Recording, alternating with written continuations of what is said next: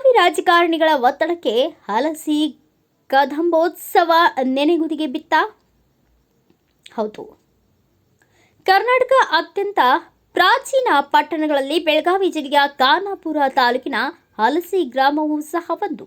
ಈ ಹಲಸಿ ಗ್ರಾಮಕ್ಕೆ ಕ್ರಿಸ್ತಪೂರ್ವ 5ನೇ ಶತಮಾನದಿಂದ ಇತಿಹಾಸ ಕುರುಹುಗಳು ದೊರಕಿದ್ದು, ಕ್ರಿಸ್ತಪೂರ್ವ 900ರಿಂದ ಕ್ರಿಸ್ತ ಶಕ 1300ರ ಅವಧಿಯಲ್ಲಿ ಈ ಪಟ್ಟಣವು ಕದಂಬರ ರಾಜರ 2ನೇ ರಾಜಧಾನಿಯಾಗಿತ್ತು ಎನ್ನುವುದಕ್ಕೆ ಇಲ್ಲಿ ಸಾಕಷ್ಟು ಐತಿಹಾಸಿಕ ಕುರುಹುಗಳು ಸಿಗುತ್ತವೆ.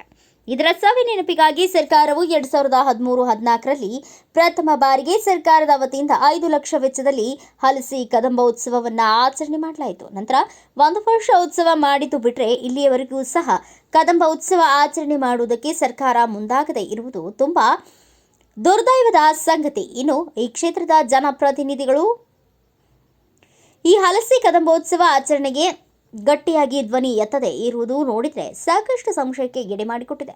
ಇದರಿಂದ ಇತ್ತೀಚೆಗೆ ಪತ್ರಕರ್ತ ಹಾಗೂ ಹೋರಾಟಗಾರ ಬಸವರಾಜು ಕರ್ನಾಟಕ ಸರ್ಕಾರದ ಕನ್ನಡ ಸಂಸ್ಕೃತಿ ಇಲಾಖೆ ಸಚಿವ ಶಿವರಾಜ ತಂಗಡಗಿ ಅವರಿಗೆ ಹಲಸಿ ಕದಂಬೋತ್ಸವದ ಆಚರಣೆ ಬಗ್ಗೆ ಚರ್ಚೆ ಮಾಡಿ ಪ್ರತಿ ವರ್ಷ ಹಲಸಿ ಕದಂಬೋತ್ಸವ ಆಚರಣೆ ಮಾಡಬೇಕು ಎಂದು ಮನವಿ ಸಲ್ಲಿಸಿ ಹಲಸಿ ಕದಂಬೋತ್ಸವದ ಬಗ್ಗೆ ಸಮಗ್ರವಾಗಿ ಮಾತನಾಡಿದ್ದಾರೆ. ಹಾಯ್, ನಮಸ್ಕಾರ. ನಾನು ಬಸವರಾಜ್ ಮಾತಾಡ್ತಾ ಇದ್ದೀನಿ, ಪತ್ರಕರ್ತರು. ವಿಶೇಷವಾಗಿ ನಾನೀಗ ಮಾತಾಡ್ತಕ್ಕಂಥ ವಿಷಯ ಏನಪ್ಪ ಅಂತಂದರೆ, ಒಂದು ರೀತಿ ಹಲಸಿ ಉತ್ಸವದ ಬಗ್ಗೆ. ವಿಶೇಷವಾಗಿ ಒಂದು ರೀತಿ ಹಲಸಿ ಉತ್ಸವದ ಬಗ್ಗೆ ಹೇಳೋದಾದರೆ, ಸಾಕಷ್ಟು ಒಂದು ರೀತಿ ಎಲ್ಲೋ ಒಂದು ಕಡೆ ಹಲಸಿ ಉತ್ಸವ ಅಂತಕ್ಕಂಥದ್ದು ಸಾಕಷ್ಟು ನೆನೆಗುದಿಗೆ ಬಿದ್ದಿದೆ ಅಂತ ಹೇಳ್ಬೋದು. ಯಾಕಪ್ಪ ಅಂತಂದರೆ, ಒಂದು ರೀತಿ ಹಲಸಿ ಬಗ್ಗೆ ಹೇಳೋದಾದರೆ ಸಾಕಷ್ಟು ಒಂದು ರೀತಿ ಐತಿಹಾಸಿಕ ಹಿನ್ನೆಲೆ ಇದೆ.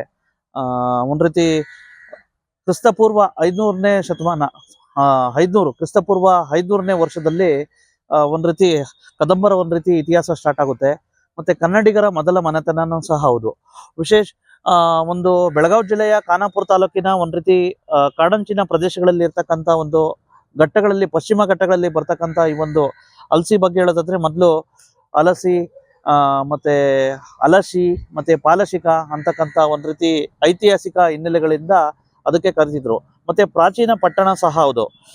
ಇಂಥ ಸಂದರ್ಭದಲ್ಲಿ ಈಗ ನಾನು ಕೇಳೋದು ಯಾವ ವಿಷಯ ಮಾತಾಡೋಕೆ ಹೊರಟಿದ್ದೀನಿ ಅಂದರೆ, ಹಲಸಿ ಕದಂಬರ ಉತ್ಸವ, ವಿಶೇಷವಾಗಿ ಹಲಸಿ ಕದಂಬರ ಉತ್ಸವದ ಬಗ್ಗೆ ನಾನು ಮಾತಾಡಲಿಕ್ಕೆ ಹೊರಟಿದ್ದೀನಿ. ಹಲಸಿ ಕದಂಬರ ಉತ್ಸವದ ಬಗ್ಗೆ ಏನಪ್ಪ ಅಂತಂದರೆ, ಸಾಕಷ್ಟು ಒಂದು ರೀತಿ ಈಗ ಬನವಾಸಿ ಕದಂಬರು ಅಂತಕ್ಕಂಥದ್ದು ಒಂದು ಕಡೆ ಸಾಕಷ್ಟು ಸರ್ಕಾರ ಅವ್ರದ್ದೇ ಆದ ಅನುದಾನ ಕೊಡುತ್ತೆ. ಸುಮಾರು ಒಂದು 5 ಕೋಟಿಗಳಿಗೂ ಹೆಚ್ಚು ಸಾಕಷ್ಟು ಅನುದಾನ ಒಂದು ರೀತಿ ವೆಚ್ಚದಲ್ಲಿ ಒಂದು ರೀತಿ ಬನವಾಸಿ ಕದಂಬರ ಉತ್ಸವ ಮಾಡ್ತಾರೆ.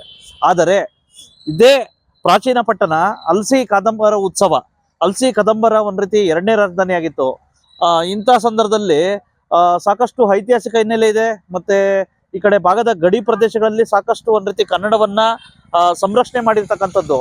ಮತ್ತು ಪಕ್ಕದ ಗೋವಾ ಅಂದ್ರೂ ಸಹ ಕದಂಬರು ಅಂದರೆ ಗೋವಾಕ್ಕೂ ಸಹ ಕನ್ನಡ ವಿಸ್ತರಣೆ ಆಗಿತ್ತು. ಇಂಥ ಸಂದರ್ಭದಲ್ಲಿ ಈಗ ನಾನು ಕೇಳೋದು, 2000 ಒಂದು ರೀತಿ 13-14ರಲ್ಲಿ ಕದಂಬರ ಉತ್ಸವ ಸ್ಟಾರ್ಟ್ ಮಾಡ್ತು, ಕದಂಬೋತ್ಸವ ಅಂತ ಹೇಳ್ಬಿಟ್ಟು. ಆನಂತರ 1 ವರ್ಷ ಕೈ ಬಿಟ್ಟರು, ಆನಂತರ 14-15 ಮಾಡಿದ್ರು. ಆದರೆ ಆನಂತರ ಬಂದಿರತಕ್ಕಂಥ ಜನಪ್ರತಿನಿಧಿಗಳು ಮತ್ತು ಸರ್ಕಾರಗಳು ಯಾಕೆ ಮೀನಮೇಷ ಅಂತಕ್ಕಂಥದ್ದೇ ಗೊತ್ತಾಗ್ತಾ ಇಲ್ಲ. ಮತ್ತೆ ಅಲ್ಲಿರ್ತಕ್ಕಂಥವ್ರು ಹೇಳ್ತಾರೆ 2 ಕಡೆ ಉತ್ಸವ ಆಗ್ಬಾರ್ದು ಅಂತಕ್ಕಂಥ ಮಾತುಗಳು ಹೇಳ್ತಾರೆ. ಯಾರು ಕದಂಬ ಸೈನ್ಯದ ಅಧ್ಯಕ್ಷರಂತೆ 2 ಕಡೆ ಉತ್ಸವ ಆಗ್ಬಾರ್ದು ಅಂತ ಹೇಳ್ಬಿಟ್ಟು ಒಂದು ಸ್ಟೇಟ್ಮೆಂಟ್ ಗಮನಿಸಿದೆ. ಯಾಕ್ರಿ ಆಗ್ಬಾರ್ದು? ಆಯ್ತಾ,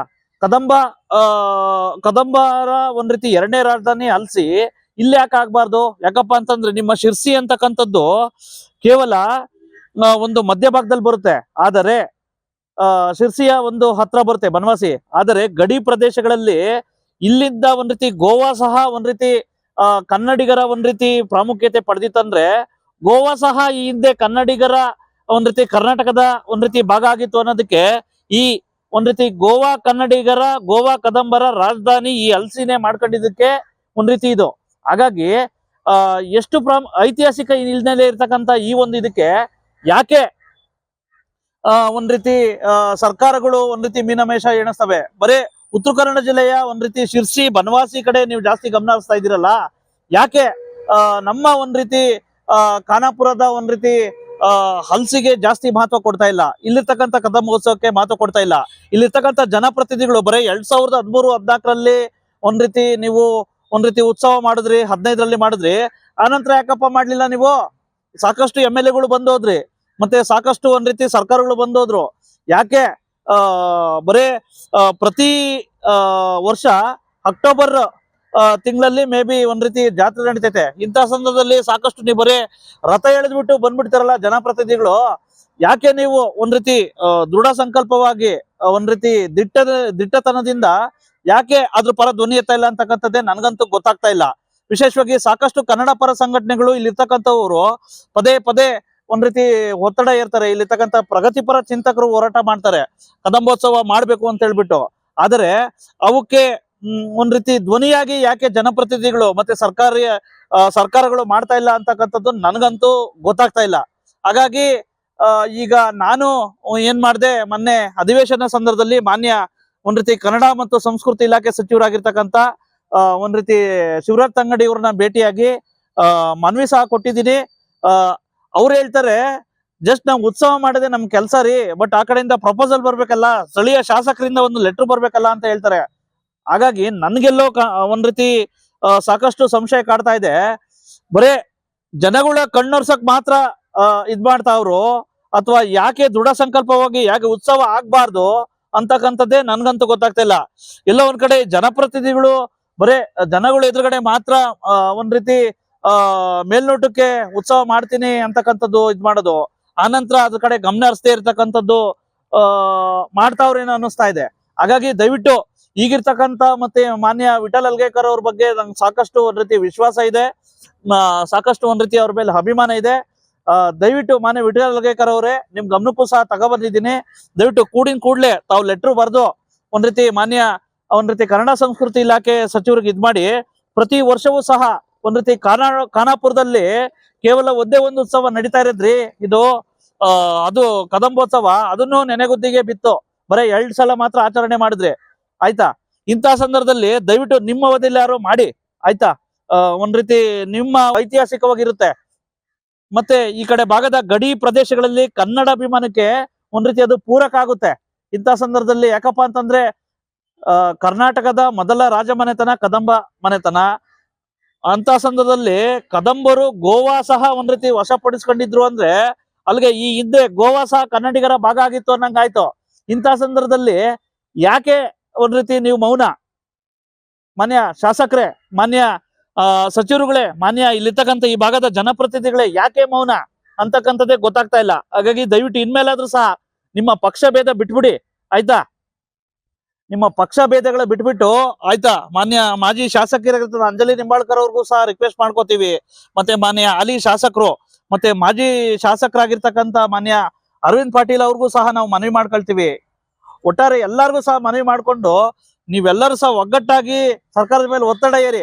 ಯಾಕಾಗುದಿಲ್ಲ, ಆಯ್ತಾ? ಈಗ ಮೊನ್ನೆ ಸಚಿವರೇ ಹೇಳ್ತಾರೆ, ಇನ್ನ ಯಾವ ಪ್ರಪೋಸಲ್ ಬಂದಿಲ್ಲ ಅಂತ ಹೇಳ್ಬಿಟ್ಟು ಸ್ವತಃ ನಾವು ಉತ್ಸವ ಮಾಡಕ್ಕೆ ಇರೋದು ಒಂದು ಪ್ರಪೋಸಲ್ MLA ಇಂದ ಲೆಟರ್ ಹಾಕ್ಸಿ ಅಂತ ಹೇಳ್ತಾರೆ. ಅಲ್ಲಿಗೆ ಲೆಟರ್ನೇ ಕೊಟ್ಟಿಲ್ವೋ ನೀವು? ಹಾಗಾಗಿ ದಯವಿಟ್ಟು ಈ ವರದಿನ ಪ್ರಕಟಣೆ ಮಾಡ್ತಾ ಇದ್ದೀನಿ. ದಯವಿಟ್ಟು ಕೂಡ್ಲೆ ಪ್ರತಿ ವರ್ಷವೂ ಸಹ ಒಂದ್ ರೀತಿ ಕದಂಬೋತ್ಸವನ ಆಚರಣೆ ಮಾಡ್ಬೇಕು ಅಂತ ಹೇಳ್ಬಿಟ್ಟು ಈ ಸಂದರ್ಭದಲ್ಲಿ ಈ ಕಡೆ ಭಾಗದ ಸ್ವಾಭಿಮಾನಿ ಕನ್ನಡಿಗರ ಪರವಾಗಿ ಖಾನಾಪುರ್ ಮತ್ತೆ ಕಿತ್ತೂರ್ ಈ ಕಡೆ ಭಾಗದ ಸ್ವಾಭಿಮಾನಿ ಕನ್ನಡಿಗರ ಸಂಕೇತ